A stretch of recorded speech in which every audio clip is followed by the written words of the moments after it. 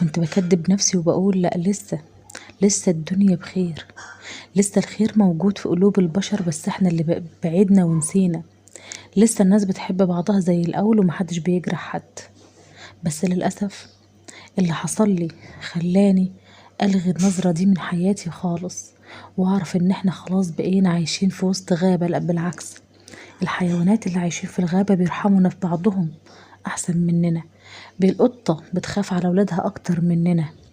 الناس مبقاش بينها أي رحمة ولا مودة ولا خوف ولا أي حاجة عدلة في الحياة.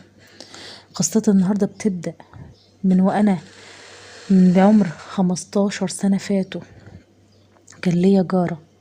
بس قبل ما نبدأ القصة، يا ريت ما تنسونيش من اللايك والاشتراك في القناة وتفعيل زر الجرس عشان يوصلكم كل جديد. وما ننساش ان حكاوينا حكاوي ميار، حكاوي من قصص وقصص من واقع الحياة